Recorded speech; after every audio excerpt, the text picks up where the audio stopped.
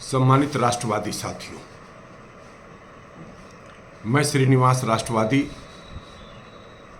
संस्थापक भारत रक्षा दल ट्रस्ट आज देश और समाज के मुद्दे पर अपनी संस्था भारत रक्षा दल की ओर से वक्तव्य देने के लिए आप सभी के समक्ष रूबरू हो रहा हूं। सम्मानित साथियों,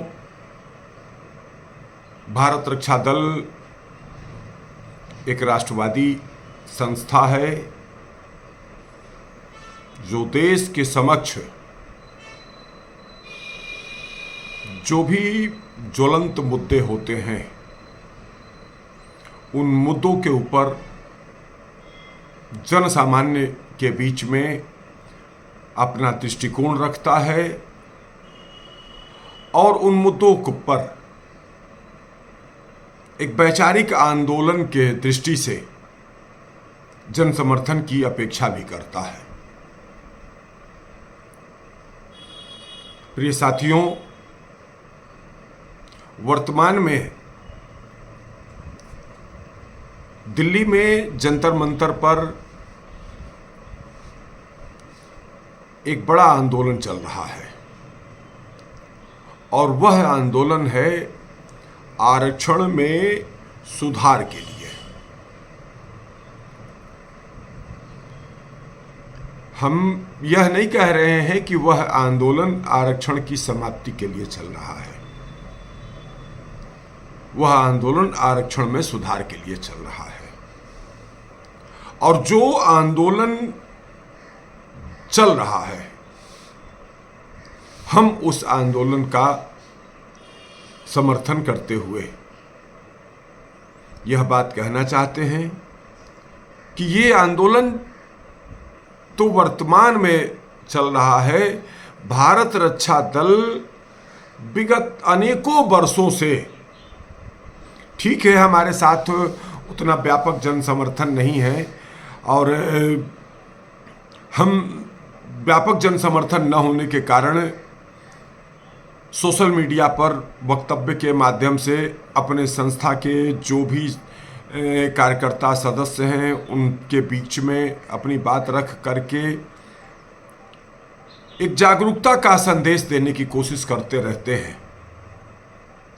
भारत रक्षा दल ने सुप्रीम कोर्ट का एक डिसीजन आया था क्रीमी लेयर के मुद्दे के ऊपर, उस पर सुप्रीम कोर्ट के डिसीजन का सम्मान करते हुए, प्रशंसा करते हुए उसमें यह बात कहा था कि वास्तव में देश का यदि समग्र उत्थान चाहते हैं तो देश की जनता को 3 भागों में विभाजित करिए। नंबर 1, वह लोग जो आर्थिक रूप से विपन्न हैं, उनकी चाहे जाति कोई भी हो। नंबर 2, वह लोग जो मध्यम वर्गीय हैं। और नंबर 3, वह लोग जो आर्थिक रूप से संपन्न लोग हैं, जो उन्नतशील लोग हैं, हर क्षेत्र में आगे हैं, जिनके परिवार जिसमें उद्योगपति, बड़े पॉलिटिशियन आते हैं, ये सब लोग हैं। भारत रक्षा दल ने इस मुद्दे के ऊपर अतीत में यह अनुरोध किया था कि सरकार को योजना बना करके जो आर्थिक रूप से विपन्न लोग हैं, सबसे पहले उन्हें आगे बढ़ाने के लिए कार्य योजना बनानी चाहिए। साथ ही जो मिडिल क्लास है उसको भी उसके साथ साथ ही आगे बढ़ाने के लिए, लेकिन फर्स्ट प्रायोरिटी विपन्न लोगों के लिए होनी चाहिए, वो उनकी चाहे जाति कोई भी हो। लेकिन दुर्भाग्य यह है, आज हम जिस व्यक्ति को अपना परम आदर्श मानते रहे हैं, प्रधानमंत्री नरेंद्र मोदी जी को, आज हम अनुभव कर रहे हैं कि उनका इसको हम ग्रहों की चाल भी मान सकते हैं। जिस व्यक्ति को राष्ट्र नायक के रूप में हम लोगों ने सदा जो है माना, आज वह व्यक्ति जाति वादी हो गया। आज वो व्यक्ति कह रहा है कि नहीं, आरक्षण की जो वर्तमान व्यवस्था है यथावत रहेगी। अरे यह वर्तमान व्यवस्था आरक्षण की जो है उसमें जो आर्थिक रूप से संपन्न पिछड़े वर्ग के लोग हैं, अनुसूचित जाति जनजाति के लोग हैं, वह संपन्न तबका गरीब तबके के लोगों के हक को मार रहा है। अनेकों बार इस बात को हम लोगों ने कहा, लेकिन हमारी समझ में यह नहीं आ रहा है कि हमारे अपने जो ओबीसी क्लास के लोग, अब देखिए जाति की व्यवस्था को चाहे अनमने मन से ही सही कहीं न कहीं स्वीकार तो करना ही पड़ रहा है। हालांकि सत्य तो यह है कि विपन्न वर्ग, मीडियम क्लास और उच्च वर्ग, इनका वर्गीकरण करिए और जाति पाति से ऊपर उठ करके वर्गीकरण करिए। लेकिन अब एक समाज में हमारी जो है एक परंपरा चलती चली आ रही है और उसी जाति के नाम पर हमारे समाज का बहुत बड़ा तबका उठ करता चला आ रहा है। उसको विभिन्न रूपों में उसके मन मस्तिष्क में जो है यह बात फीड कर दी गई है कि तुम्हारे समाज में एक वह तबका भी है जिसने सदा तुम्हारा शोषण किया है। और इस नाते बाबा साहब भीमराव अंबेडकर जी ने संविधान में इस क्लास को जोड़वाने के लिए संघर्ष किया और इसको जोड़वाने में कामयाब हुए। यह हमारा अधिकार है, हम स्वीकार करते हैं, यह अब आपका अधिकार है।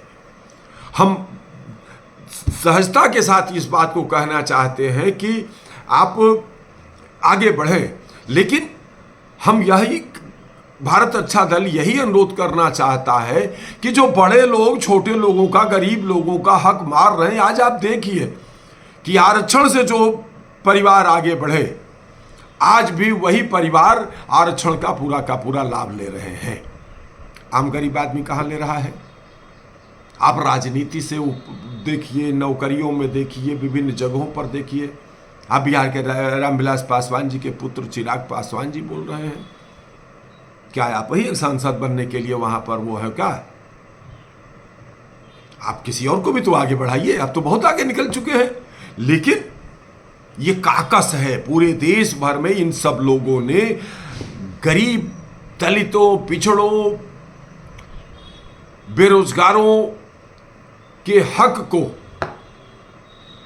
मार करके अपने आप को संपन्न किया हुआ है और हमारे आपके बीच में एक नफरतवादी बात करके समाज का इनडायरेक्टली शोषण करने का काम कर रहे हैं। ऐसे में भारत अच्छा दल ट्रस्ट जो आंदोलन जंतर मंतर पर चल रहा है, जो आरक्षण में संशोधन का आंदोलन है, उसको अपना समर्थन देता है और सरकार से अनुरोध करता है कि आप एक बार हिम्मत का परिचय दें और क्रीमी लेयर वर्ग को, अनुसूचित जाति, जनजाति, पिछड़े वर्ग के लोगों से क्रीमी लेयर को छांट करके गरीब, दलितों, पिछड़ों की उन्नति और प्रगति के लिए आप योजना बनाएं। और उसी में मैं एक बार पुनः प्रधानमंत्री जी को उस बात के लिए कि उन्होंने सामान्य वर्ग के गरीबों को भी 10% आरक्षण दिया, उसका मैं आज पुनः आभार व्यक्त करता हूं। पहले भी आभार व्यक्त किया है, लेकिन इसी परिपाटी को अन्य वर्गों में भी संचालित करके देश के समृद्धि और विकास का मार्ग प्रशस्त करें, ताकि देश का एक एक व्यक्ति आगे बढ़े। जब तक गांव, गरीबों, किसानों, पिछड़ों, गरीबों का उत्थान नहीं होगा, तब तक राष्ट्र का उत्थान नहीं हो सकता है। इसलिए मैं आखिरी शब्द यही कहूँगा जो पंडित दीनदयाल उपाध्याय जी की परिकल्पना थी, जिनको आप सब मानते हो, जिनकी विचारधारा की सरकार है। पंडित दीनदयाल उपाध्याय जी ने कहा था, गांव, गरीब, किसान, झुग्गी झोपड़ियों के इंसान, दलितों, महिलाओं, पिछड़ों का उत्थान और बेरोजगार नौजवान, ये उनकी सशक्त राष्ट्र की परिकल्पना थी। इस पर आप काम करें, भ्रमित न हो, वोटों की राजनीति से ऊपर उठ करके देश के लिए काम करें। ये देश की जनता प्रधानमंत्री जी आपको जननायक, राष्ट्र नायक के रूप में मानती है। आप जातिवादी की मानसिकता से ऊपर उठिए। धन्यवाद। जय मातृभूमि, जय भारत।